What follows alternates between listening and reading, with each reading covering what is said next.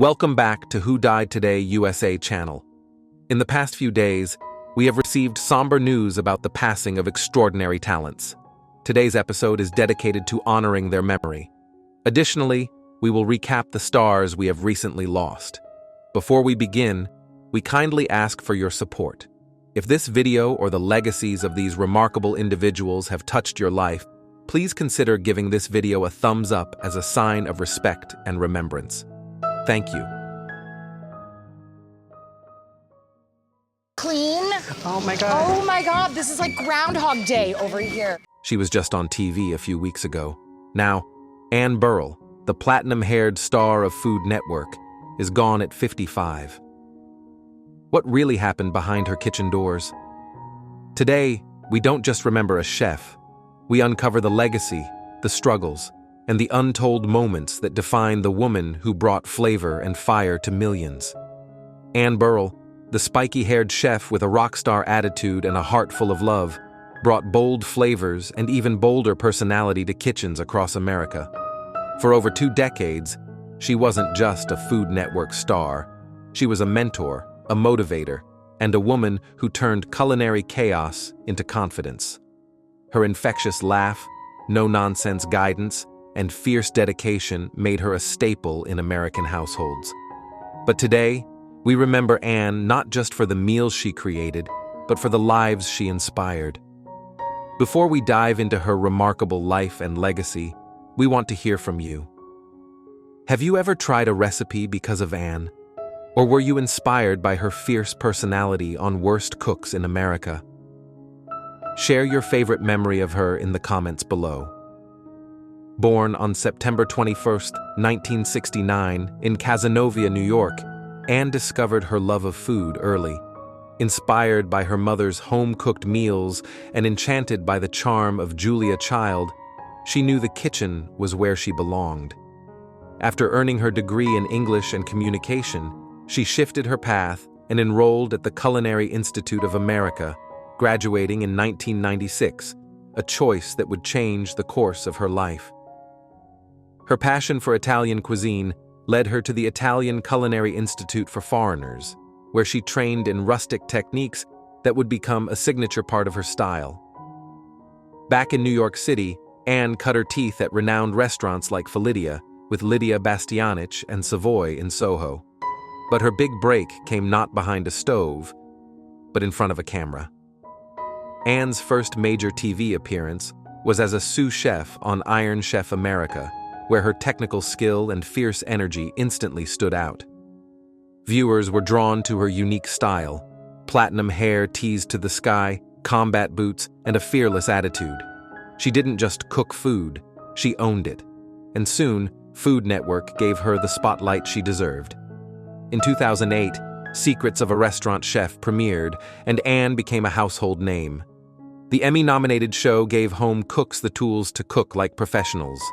She followed that up with Worst Cooks in America, where she transformed culinary disasters into proud home chefs, and along the way, gave viewers a reason to believe that failure in the kitchen wasn't the end, but the beginning.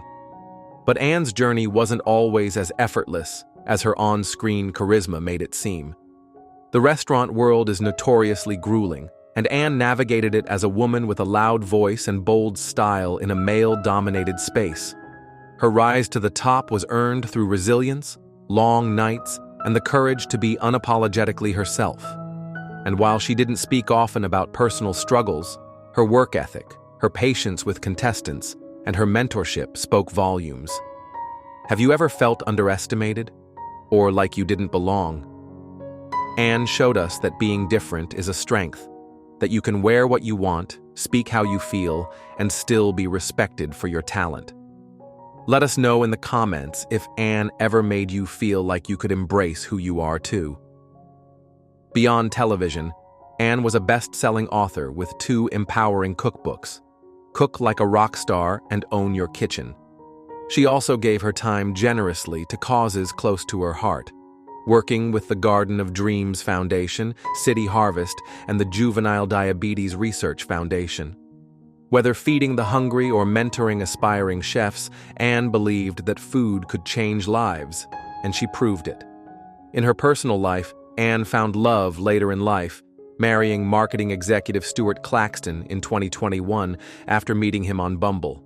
She often spoke about how fulfilling it was to find partnership on her own timeline, a reminder that joy and companionship come in many forms and at many stages. But on June 17, 2025, the culinary world was shaken. Anne Burrell passed away peacefully at her home in Brooklyn. She was only 55. Her death, while sudden, was met with an outpouring of grief, love, and reflection. Colleagues, fans, and former contestants flooded social media with tributes, sharing how she had transformed their lives, both in and out of the kitchen. So where do we go from here? What does the world look like without Anne's voice, her fire, her joy? In many ways, she's still with us. Every time someone conquers a fear in the kitchen, every time a girl dreams of becoming a chef in a man's world, every time a laugh breaks out over a burnt casserole, Anne is there. She taught us to laugh through the chaos and season everything, especially life, with boldness. What is Anne Burrell's legacy to you? Is it a recipe, a moment of confidence she gave you, or a piece of advice that still sticks? We'd love for you to share your thoughts in the comments. Your memory might inspire someone else to pick up a whisk or simply believe in themselves again. Anne may no longer walk this earth, but her flame hasn't gone out. It lives on in every dish made with love, in every underdog who finds their courage, and in every heart she touched. She didn't just cook, she empowered. She didn't just entertain, she connected. And she didn't just live, she blazed. Rest in flavor, Anne. You were truly one of a kind. I've tried a bunch of her recipes. Every single one turned out great.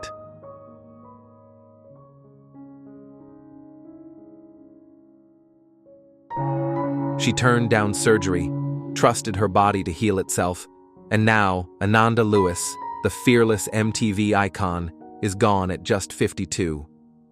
What really happened, and what can we learn from the choices she made?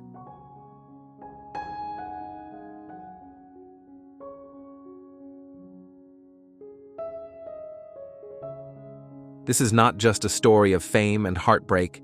It's a raw, emotional journey about conviction, regret, and a powerful reminder for every woman watching today. Ananda Lewis, the magnetic MTV VJ and beloved talk show host, was more than just a face on our screens. She was a voice for a generation, a fighter for truth, and a woman who walked her path with power and grace, even when that path became unbearably difficult. Today, we remember the highs, the heartbreak, and the legacy of a woman who redefined what it meant to be real in front of a camera. But first, how did Ananda Lewis impact your life? Were you a fan during her MTV days? Did her cancer journey resonate with you or someone you love? Share your memories in the comments. Let's honor her together. Before she became a national figure, Ananda's story began in Los Angeles in 1973. After her parents divorced when she was just 2, she and her sister were raised by their mother and grandmother in San Diego. As a child, she struggled emotionally, clashing with her overwhelmed mother and feeling neglected. It wasn't until much later, in adulthood, that she found peace through forgiveness. After graduating from Howard University in 1995, Ananda's media career began with a powerful start, hosting BET's Teen Summit, a socially conscious show tackling real issues affecting Black youth. She made such an impact that by 1997, MTV came calling. And just like that, Ananda became a cultural phenomenon. At MTV, she wasn't just a pretty face introducing music videos. She was bold, articulate, and unafraid to dive into deeper topics. Hosting shows like Total Request Live and Hot Zone, she quickly earned a reputation as the hip-hop generation's reigning it girl, as the New York Times famously called her in 1999. Prince once described her as Cleopatra, a queen. Ananda interviewed everyone, from NSYNC and Brandy to Destiny's Child and Britney Spears. and brought her full self to every moment. Do you remember watching Ananda on MTV? Who was your favorite celebrity she interviewed? Let us know your favorite memory, and how her confidence may have inspired your own. But Ananda didn't stop there. In 2001, she took a bold leap and left MTV to launch the Ananda Lewis Show, a daytime talk show that aired just one season. Though it was short-lived, it was a reflection of her desire to shift the conversation and focus on real issues, not just celebrity chatter. Looking back, she admitted that she might have taken that step too soon. "It was overkill for me," she later said. "It wasn't what I felt like I signed up for." Still, Ananda pressed on. She continued appearing on television in shows like The Insider, Celebrity Mole, Yucatan, America's Top Dog, and While You Were Out. She also pursued a career outside of the spotlight, becoming a licensed contractor and carpenter, proving, once again, that she could do just about anything. Then came the hardest chapter of her life. In 2020, Ananda publicly revealed that she had been battling stage 3 breast cancer. She had avoided mammograms for years out of fear of radiation, and chose to treat her illness through natural detoxification rather than the double mastectomy doctors recommended. By 2024, her cancer had metastasized to stage IV.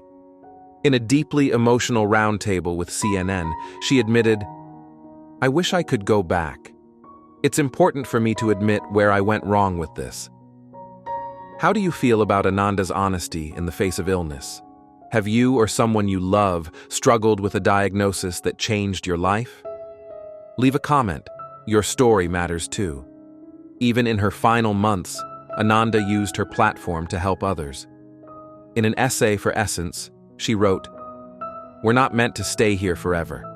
When it's time for me to go, I want to be able to look back on my life and say, I did that exactly how I wanted to." And she did.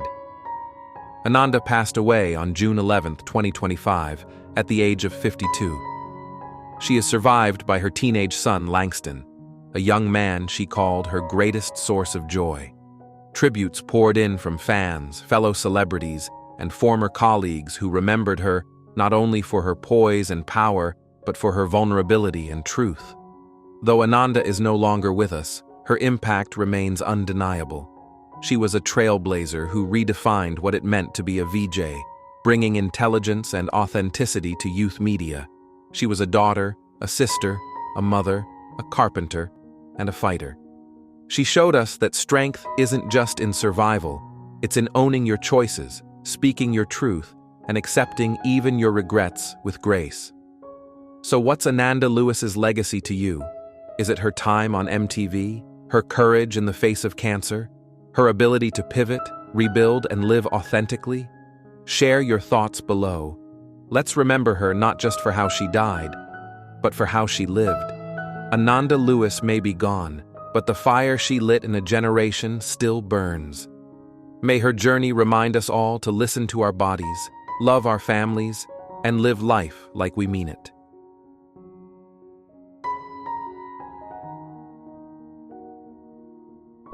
She was one of the last living stars from the Little Rascals, and now Betsy Gay is gone at 96. But how did this child actress turned yodeling champion quietly shape American entertainment history? Today, we remember not just a girl from the black and white screen, but a multi-talented performer whose voice and spirit lived far beyond Hollywood's spotlight. Betsy Gay, the unforgettable child actress from the Little Rascals and a celebrated yodeler, has passed away at the age of 96. While many may know her as Effie, Alfalfa's sweet-natured girlfriend, her story stretches far beyond the black and white screen. Today, we look back on her life in show business, the chapters that followed, and the charm that made her unforgettable. But first, did you grow up watching the Little Rascals? Or maybe you've seen clips and remember Betsy's bright smile and voice? Let us know in the comments. What's your earliest memory of her work? Born in 1929, Betsy entered Hollywood during its golden age. At just 6 years old, she was cast in the beloved Our Gang comedies, later known as the Little Rascals. Her role as Effie, Alfalfa's girlfriend, brought a sweet energy to the series, and she quickly became a fan favorite. Between 1935 and 1938, she appeared in numerous shorts, sharing the screen with a generation of child stars who defined early American comedy. But unlike many child actors, Betsy didn't fade quietly into the background. Instead, she reinvented herself. In the early 1940s, she was asked to yodel for a Columbia Pictures short, and it sparked a whole new chapter. By 1945 and 1946, she had won the California State Yodeling Championship twice, recorded songs with Capitol and Decca Records, and toured the East Coast with her music. Her voice wasn't just memorable, it was award-winning. Have you ever heard her yodel? Or are you just now discovering this side of her talent? It's a reminder that reinvention is always possible, at any age. Throughout the 1940s and 1950s, Betsy appeared on radio shows like The Jimmy Wakely Show and The Donna Meshi Show, and even shared stages with legends like Johnny Cash and the Everly Brothers on Country America. Despite her early fame, Betsy led a grounded life. She married Thomas Cashin in 1954, and together they raised 5 children. While she stepped away from the spotlight in her later years, she never lost her connection to her roots. In 2014, she attended the final Little Rascals reunion, the last living link to a generation of stars. Betsy Gay passed away on June 13, 2025, in Bakersfield, California. Her death marks the end of an era, but her legacy continues to echo through classic film reels, radio archives, and in the hearts of those she entertained. So what do you remember most about Betsy? Was it her sweetness on screen or her powerful voice on the radio? Drop a comment and help us honor a woman who brought joy to so many. She may be gone, but Betsy Gay's spirit, curious, creative, and full of life, still lingers in the laughter of old film reels and the echoes of a yodel long remembered.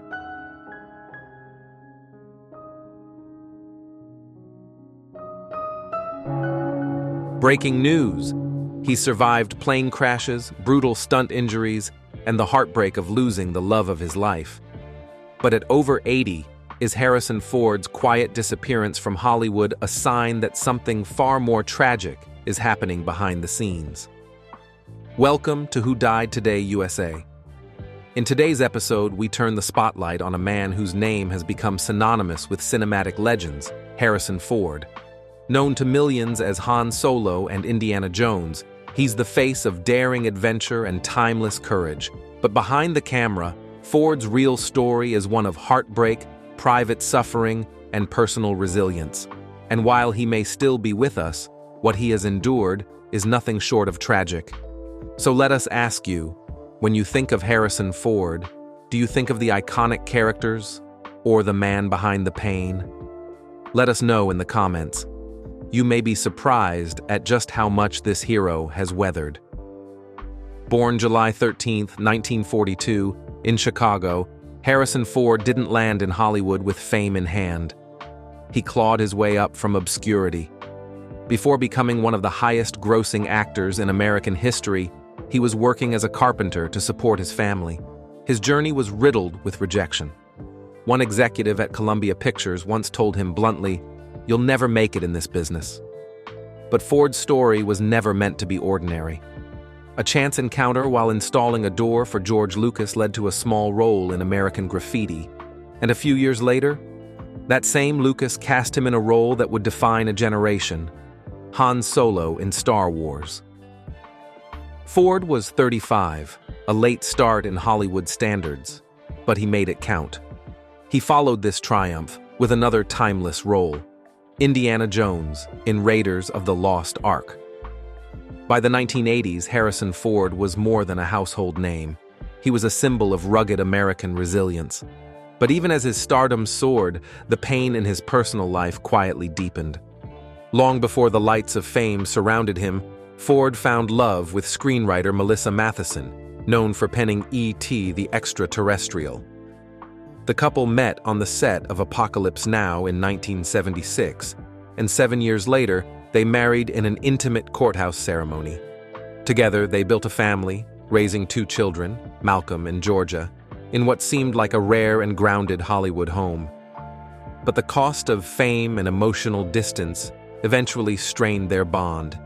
In 2004, they separated, and their divorce, finalized without a prenuptial agreement, became one of the most expensive in Hollywood history.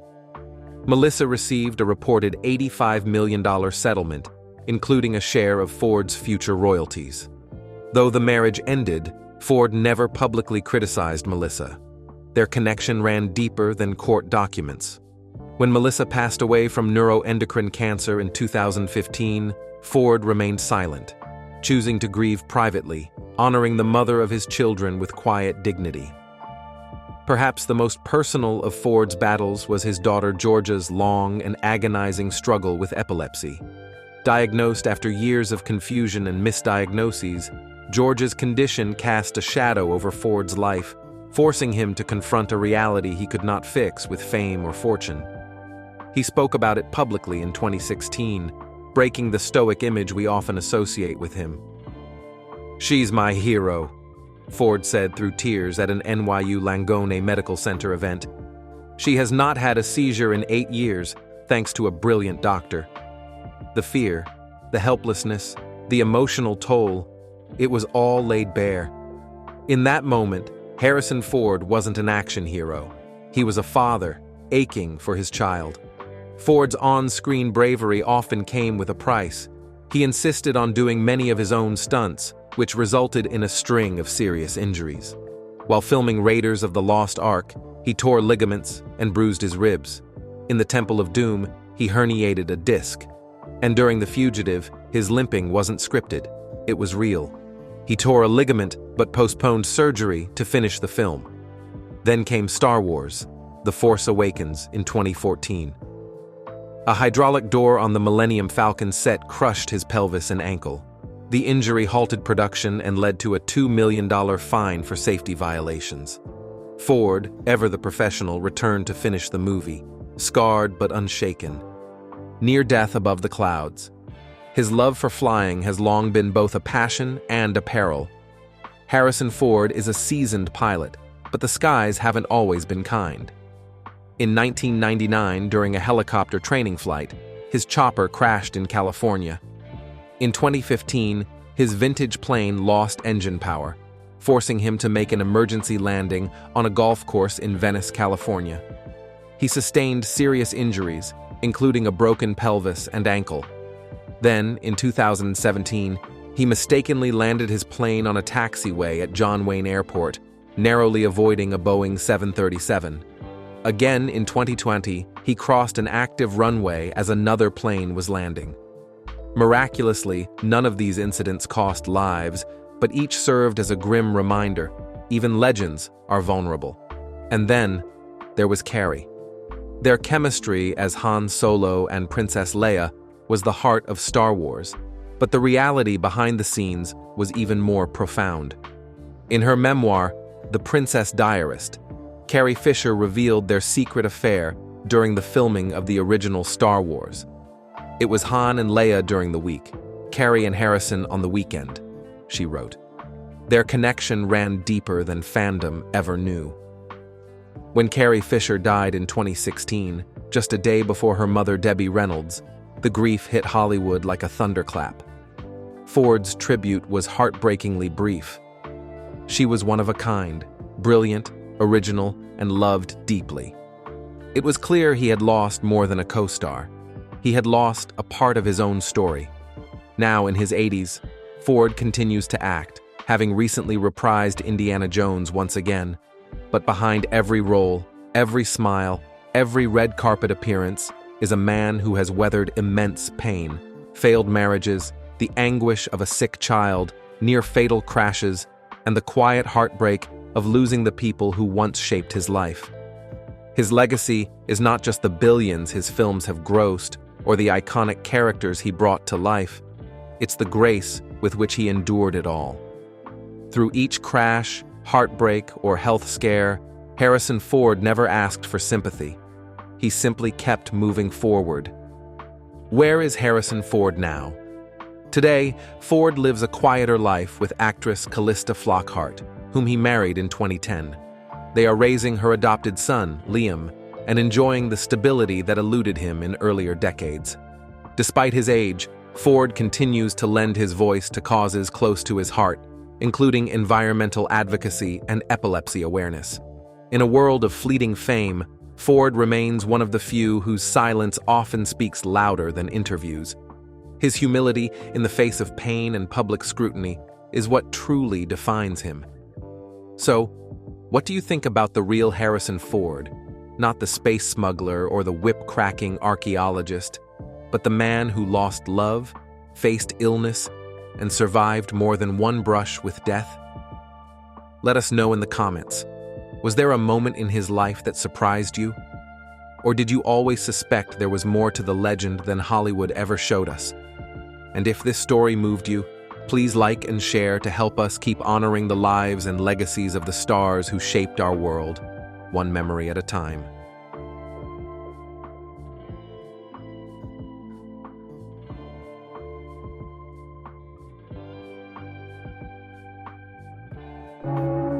He died on the exact day Cheers ended, 32 years to the hour.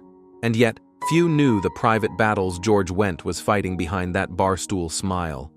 George Wendt, the beloved actor behind Norm Peterson from Cheers, embodied warmth, humor, and everyman charm for over a decade on American television.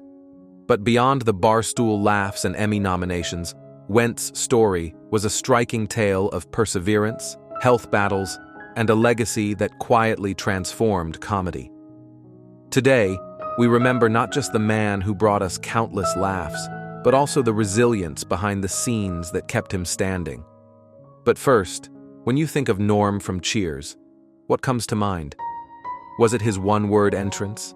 His unshakable presence at the end of the bar? Or simply the way he made you feel like you belonged? Drop your favorite Norm moment in the comments below. We'd love to hear your memories. George Wendt was born on October 17, 1948, in Chicago, a city whose comedy legacy shaped his career. After an unceremonious exit from Notre Dame with a GPA of 0.0, Wendt worked for his father's real estate business before finding his true calling on stage. Second City became his training ground, where his slice-of-life characters and understated timing won over audiences and peers alike. But his journey to Cheers wasn't smooth. Early in his career, Wendt was demoted from Second City's main company, a professional blow that could have ended his momentum. Instead, he fought back, rebuilding his standing in the troupe and ultimately earning a spot that led to an audition with TV history.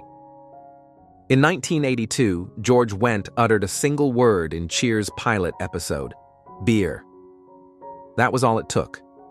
Over the next 11 seasons, Wendt would turn Norm Peterson into a symbol of comfort, comic relief, and blue-collar charm.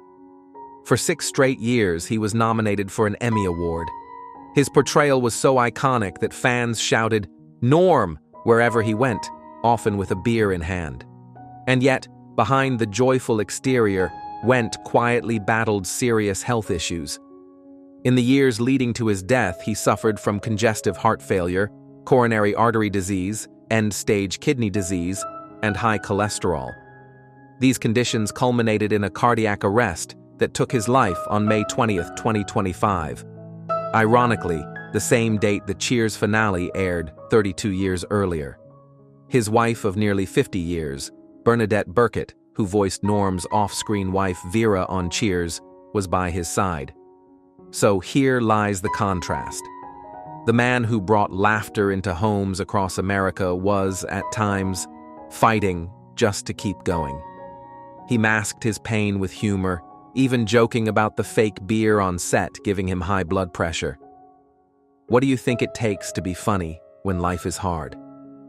Could you keep smiling through physical pain or public typecasting? Tell us your thoughts. After Cheers, Wendt's career had its ups and downs. His own sitcom, The George Wendt Show, was canceled after just 6 episodes.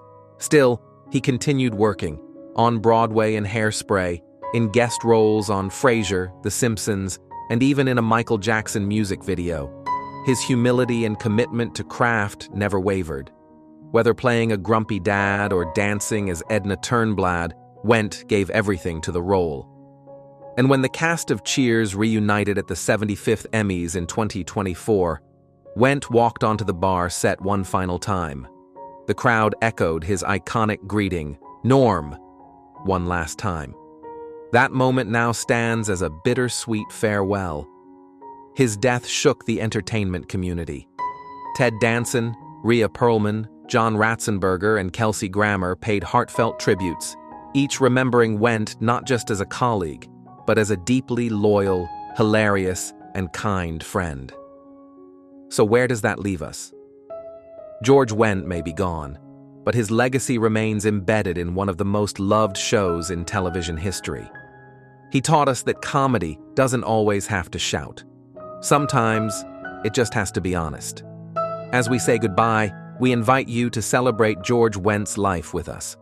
What did Norm mean to you? Did George's story surprise you? Share your thoughts in the comments and pass this video along to someone who could use a smile today. Cheers, George. You were more than a barstool regular. You were the soul of the room.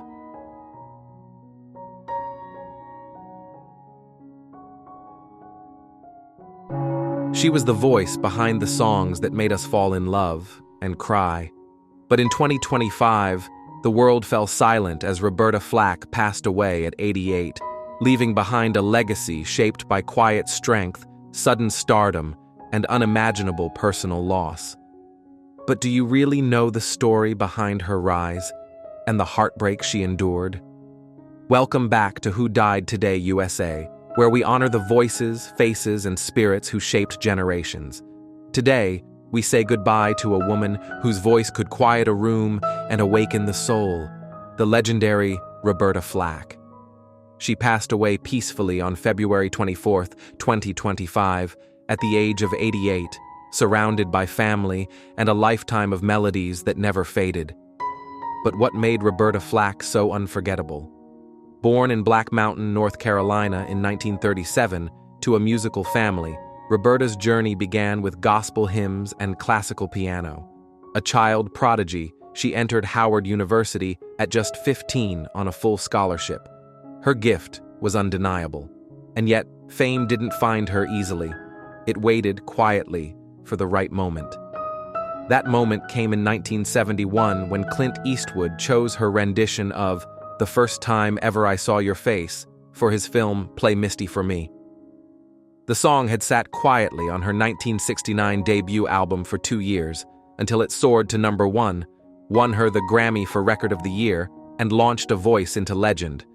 Then came Killing Me Softly with His Song in 1973, a ballad so pure, so vulnerable, it became a cultural touchstone. It earned Roberta another Grammy for Record of the Year, making her the first artist to win that honor 2 years in a row. The song would later be reborn by the Fugees, but nothing could eclipse the haunting intimacy of Roberta's original. So we ask you, what's the first song that made you cry? Was it hers? Roberta's voice was always soft, never shouting, never forcing. It invited you in. And whether she was singing solo or alongside the equally smooth Donny Hathaway, "Where is the Love? The Closer I Get to You," her sound became the soundtrack of love, heartbreak, and healing in the 1970s. But her life was not without sorrow. Her beautiful musical partnership with Donny Hathaway ended tragically when he died by suicide in 1979. Their posthumous duet, Back Together Again, became both a hit and a haunting farewell. And in 2022, Roberta lost her only son, Bernard Wright, a musician in his own right, a wound that surely left a mark even music couldn't mend. Yet Roberta kept going. She recorded albums into the 2010s, including a heartfelt Beatles tribute titled Let It Be Roberta. She stayed true to her roots, always blending elegance with truth. She was more than a singer. She was a proud educator, a mentor, and a voice for grace in an era of noise. Her music crossed boundaries: soul, jazz, pop, adult contemporary. But her message was always the same: honesty, love, and quiet strength. Can music still do that today? Over the course of her career, Roberta Flack earned 13 Grammy nominations and multiple wins. She didn't chase the spotlight. It came to her. And now, as she joins the stars she once sang about, we're left with songs that never stopped speaking.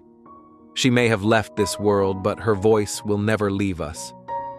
If Roberta Flack's music ever helped you through heartbreak, loss, or love, tell us in the comments. Which of her songs do you hold close?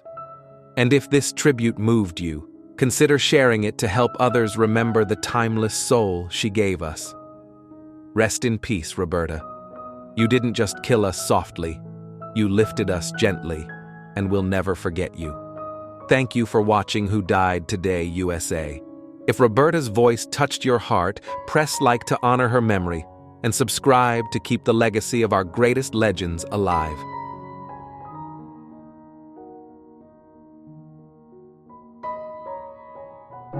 He shared the screen with Robert De Niro in a Martin Scorsese film, and just months later, he was gone. Samuel French wasn't a household name, but for those who worked with him, watched him, and believed in his fire, he was unforgettable. Best known for his role in Killers of the Flower Moon and his final haunting performance in Towpath, Samuel embodied raw talent, quiet intensity, and a relentless drive to tell the truth through his characters. But behind the scenes, he was fighting a silent battle, one that ended far too soon. How do you remember Samuel French? If you saw his performance, what stayed with you most? Share your thoughts in the comments. We'd love to hear them. Born on January 26, 1980 in Waco, Texas, Samuel didn't grow up dreaming of red carpets. He was a country boy at heart, happiest in Clifton, where he returned after stints in Austin and Dallas. He took the long road into acting, appearing in smaller roles on shows like Fear the Walking Dead and Texas Rising. But everything changed when Martin Scorsese held a casting call in Waco. Samuel showed up and walked out with a role that would change his life. In Killers of the Flower Moon, he portrayed C.J. Robinson, an undercover FBI agent investigating the Osage murders. His first day on set? A one-on-one scene with Robert De Niro, and he nailed it. So much so, Scorsese reportedly told him, "No one could have played Robinson as well as you did." It was a career-defining moment, but one Samuel would never fully get to ride. Because by then, cancer had already begun spreading through his body. Even while battling illness, Samuel never stopped working. In Towpath, he gave a powerful, deeply emotional performance as Detective Bernard Crook, a role the director said set the tone for the entire film. He brought everything he had to that performance, and more. Samuel carried a fire for acting that burned in every frame, unfiltered, fearless, and alive, wrote Paul Sinecore, the film's director and close friend. What makes Samuel's story especially poignant is how little time he had to bask in the light of his own talent. He won Best Supporting Actor at the 2025 Cowpokes International Film Festival for Monsters, within just weeks before his passing. In his final Instagram post, he thanked his team and celebrated the win with humility and pride. He died on May 9, 2025, at just 45 years old. Samuel leaves behind his beloved daughter Madison, his partner Melinda, his family in Texas, and a handful of performances that hint at everything he could have been. He also leaves behind a legacy that reminds us of what real passion looks like, and the cruel brevity of time. So what do we take away from Samuel French's story? That greatness isn't always loud, that some of the brightest flames burn quickly, but brilliantly, and that sometimes even a single scene, shot on a single day, can leave a mark that lasts forever. Did Samuel's story touch you? Drop a comment and share this video to help celebrate a talent the world lost too soon.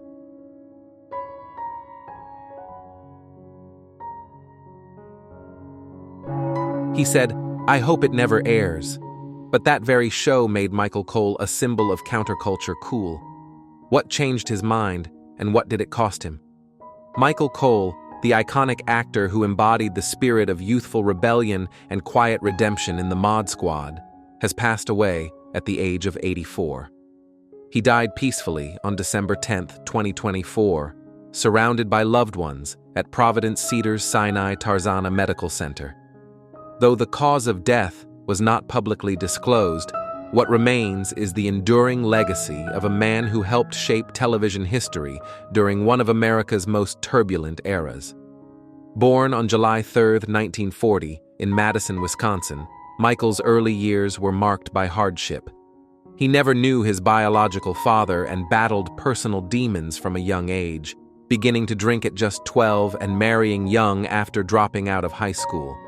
His life took a dramatic turn when he found himself homeless in Los Angeles, sleeping under freeways. But fate intervened when legendary acting coach Estelle Harmon saw something in him he hadn't yet seen in himself. She gave him free lessons and a place to sleep on the stage of her theater. That trust became the foundation for a career that would soon ignite. Cole's breakout came in 1968 when he was cast as Pete Cochran in The Mod Squad, a groundbreaking ABC series produced by Aaron Spelling. Pete wasn't just another television character. He was a former rich kid turned streetwise undercover cop, a figure many young Americans saw themselves in. The show was daring for its time, tackling subjects like racism, abortion, drug abuse, and police violence. Alongside Peggy Lipton and Clarence Williams III, Michael helped give a face and voice to a new kind of American hero, troubled but trying, wounded but hopeful. Though Cole initially resisted taking the role, saying the show sounded stupid, Spelling saw in him the exact rebellious spirit the role demanded. For 5 seasons, from 1968 to 1973, Michael's portrayal resonated with millions. The Mod Squad wasn't just a TV show, it was a cultural moment. After The Mod Squad, Cole continued acting in series like Murder, She Wrote, ER, and the Stephen King miniseries It, where he played the adult Henry Bowers. His final film role came in 2008's Grave Misconduct, but his impact had already been cemented decades earlier. In 2018, he released his memoir titled I Played the White Guy, a nod to his role in a trio that changed the way TV depicted race and justice. In it, he spoke candidly about addiction, recovery, and the love of his life. Shelley, his third wife, who helped guide him to sobriety through the Betty Ford Center. Michael Cole wasn't just an actor. He was a survivor, a rebel, and a symbol of second chances. As we remember him today, we invite you to share your memories. Did the Mod Squad play a role in your life? Did Michael's story of redemption inspire you? Leave your tribute in the comments below and help us honor the life of a man who never gave up, even when life gave him every reason to.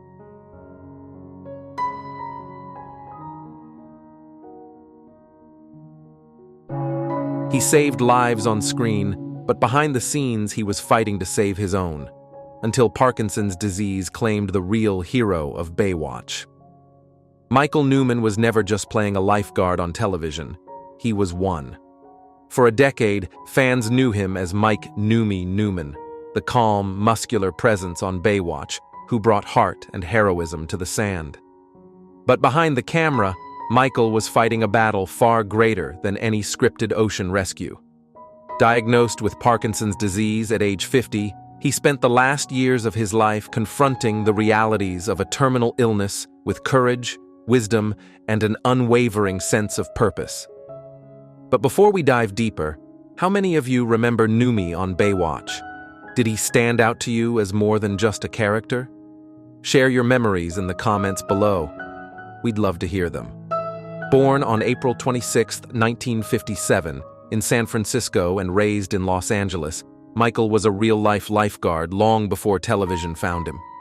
He started junior lifeguarding at age 10, competed in Ironman events, and worked as a Los Angeles County firefighter, even during the peak of his TV fame. He didn't seek the spotlight. It found him when Baywatch co-creator Greg Bonin asked him to appear in a promo.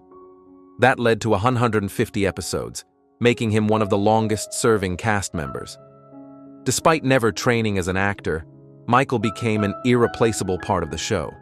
His lifeguard knowledge shaped scenes, his stunts kept the series authentic, and his presence grounded the drama in reality. But after Baywatch, life took a heartbreaking turn. Parkinson's slowly stripped him of movement, and with it, the active lifestyle he loved. "All the plans I had with my children and grandchildren stopped," he shared. Still, Michael chose to fight. He supported the Michael J. Fox Foundation, opened up in the Hulu docu-series after Baywatch, Moment in the Sun, and gave audiences an honest look at the man behind the red trunks. His wife of 36 years, Sarah, and their children stood by him through it all. In his final days, surrounded by friends and family, he heard letters and videos from loved ones, proof of a life well lived. Michael Newman passed away at 67, but his story remains one of strength, purpose, and truth. He wasn't just a TV hero, he was a real one. How has Michael's story moved you? Let us know below and help us honor his legacy by sharing this video.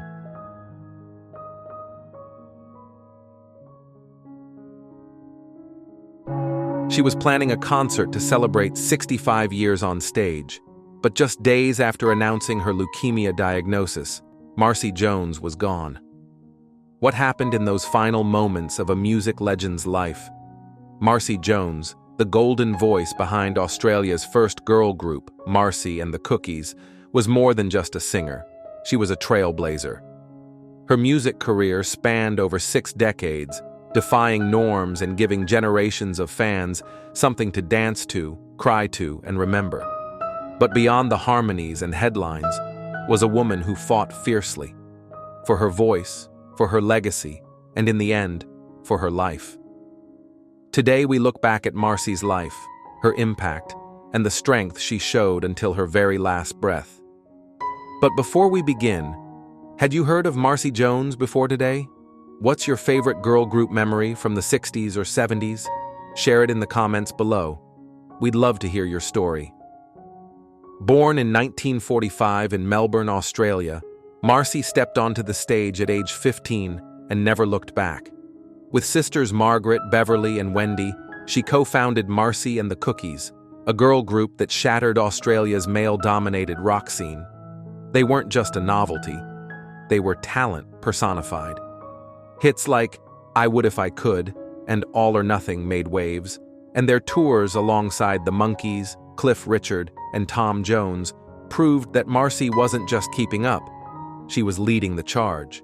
But when the group disbanded in the early 70s, Marcy didn't fade away.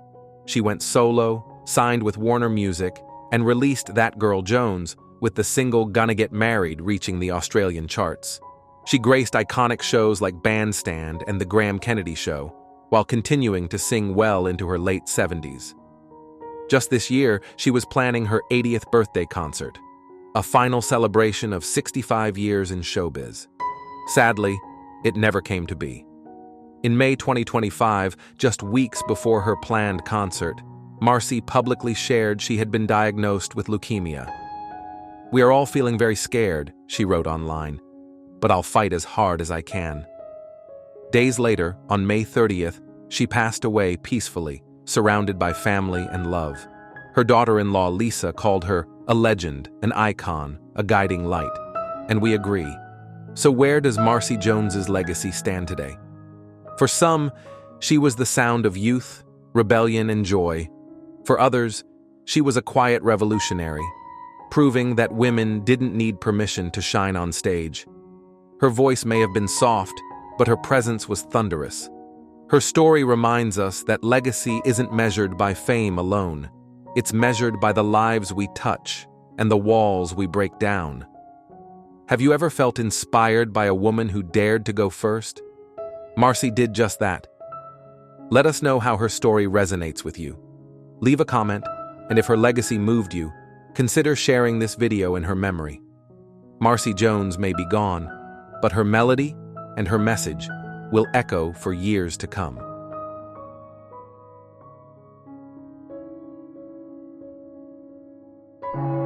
Les Binks was a legendary Northern Irish drummer, born on August 8, 1951 in Portadown. A gifted musician from childhood, he began drumming at age 5 and went on to become a pivotal figure in the heavy metal genre. Binks gained worldwide recognition during his tenure with Judas Priest in the late 1970s, where his powerful, precise, and dynamic drumming became the heartbeat of the band's most iconic albums, Stained Class, Killing Machine, also known as Hell Bent for Leather, and the landmark live record, Unleashed in the East. His double-bass drum work and songwriting contribution to the fan favorite Beyond the Realms of Death earned him lasting acclaim in metal history. Though his time with Judas Priest was brief, Binks' impact was monumental. His departure from the band in 1979 stemmed not from artistic disputes, but from a financial disagreement with the band's management, a painful decision that reflected his strong principles. Even after his exit, Binks remained active in the rock scene, performing with bands such as Lionheart and Titan, and later returning to the stage with his own tribute group, Les Binks Priesthood. Throughout his life, Binks remained dedicated to his craft and was honored in 2022 when he reunited with Judas Priest for their induction into the Rock and Roll Hall of Fame. At the time of his death, his estimated net worth was reported to be around $1.5 million. Tragically, Les Binks passed away on March 15, 2025, at the age of 73 in a London hospital. Though the cause of death was not publicly detailed, his passing was described as peaceful.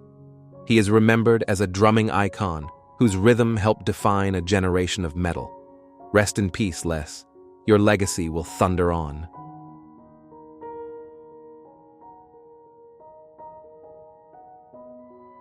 She lost her leg to a severe infection, and just days later, the world lost Jiggly Caliente.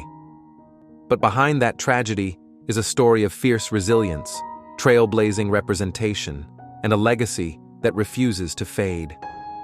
Are you ready to discover the truth behind her final days and the power she left behind? Jiggly Caliente, born Bianca Castro Arabejo, wasn't just a performer. She was a revelation. From her first appearance on RuPaul's Drag Race Season 4 in 2012 to becoming a judge on Drag Race Philippines, Jiggly carved out space in an industry that too often looked past people like her. Her drag was loud, her heart was open, and her mission was clear: to be seen, to be heard, and to make sure others like her were too. But first, what did Jiggly mean to you? Did she make you laugh? Inspire you? Shock you with her honesty? Drop a comment below and let's celebrate her the way she celebrated us. Jiggly rose to fame as a fan favorite on Drag Race, returning for All Stars 6, where she once again reminded viewers of her fire and vulnerability. But her ambitions stretched far beyond reality TV. In 2021, she landed a recurring role on Pose, a groundbreaking moment as one of the first trans Filipinas in a major American TV series.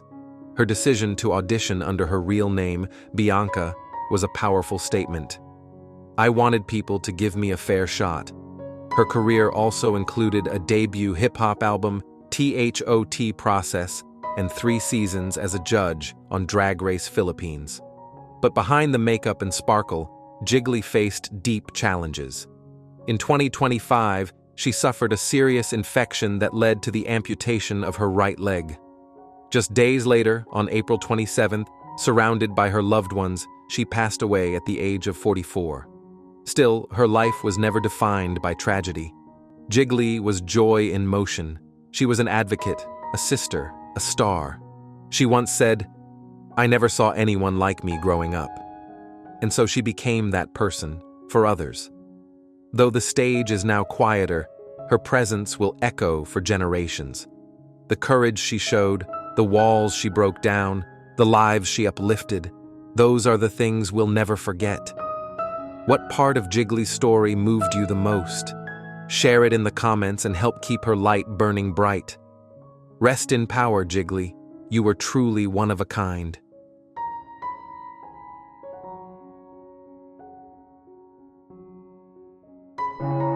Breaking news.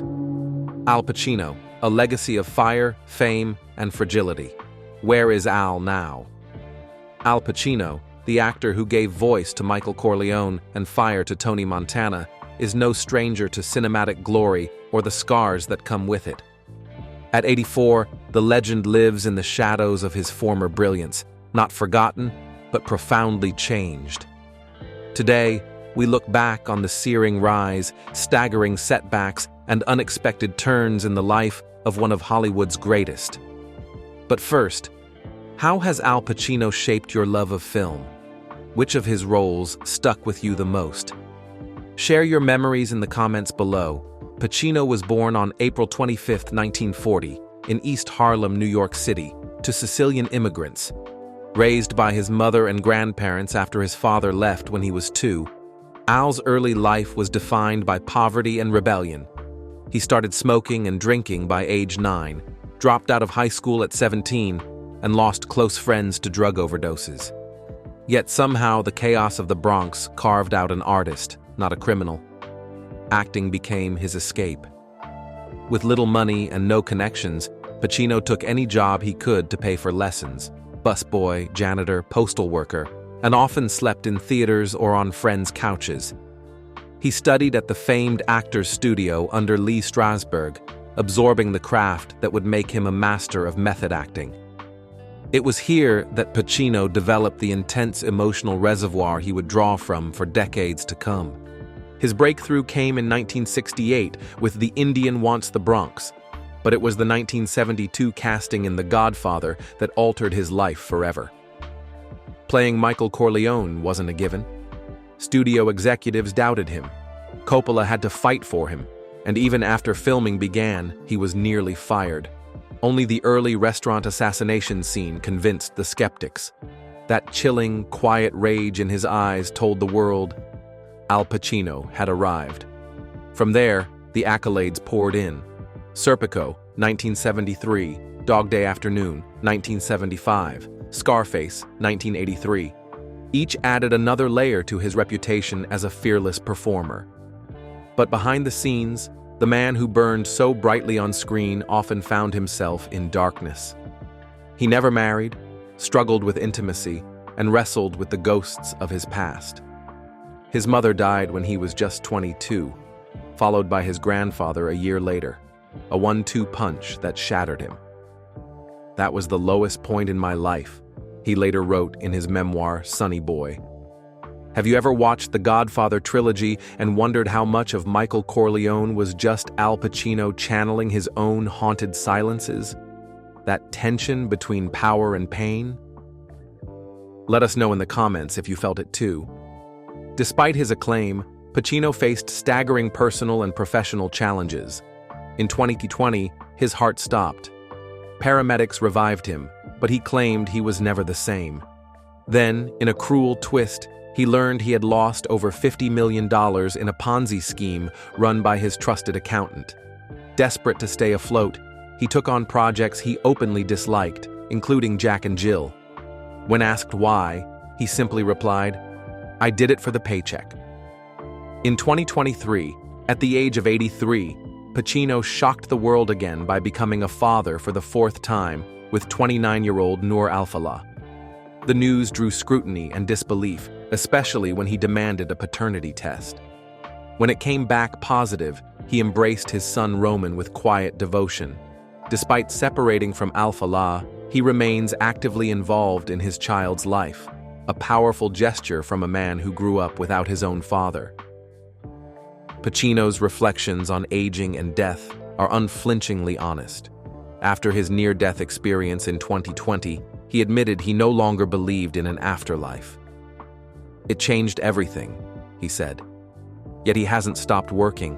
In 2021, he starred in House of Gucci, and he's set to appear in several upcoming films, including Modi, directed by Johnny Depp, and The Ritual, a horror film based on real exorcisms. Off-screen, Al Pacino's legacy is just as complex. He has mentored young actors through the Actors Studio, co-presiding over the very institution that saved him decades ago. He doesn't just teach acting. He teaches courage, empathy, and the need to confront your demons. Acting isn't about pretending, he once said. It's about surviving. How do you define a legacy? Is it the awards and roles, or the way someone makes you feel years after the credits roll? For many, Pacino's legacy is in the trembling rage of Tony Montana, the steely resolve of Michael Corleone, or the wounded vulnerability of Frank Slade. He has never played it safe. He doesn't chase glamour, he chases truth. And even now, with age slowing his steps and the weight of the past pressing down, Al Pacino remains in many ways a force of nature. So what's next for Al? According to him, not a comeback, but a continuation. Acting has always been more than work to him. It's salvation. It saved my life, he said. And maybe, just maybe, it's helped save others too. How do you see Al Pacino today? A fallen icon or a phoenix still rising? Has his work shaped your view of film, of masculinity, of pain and power? Share your thoughts and favorite Al moments in the comments below. And if his story moved you, like this video and spread the word. Let's honor the fire, the fragility, and the fierce brilliance of one of cinema's true greats.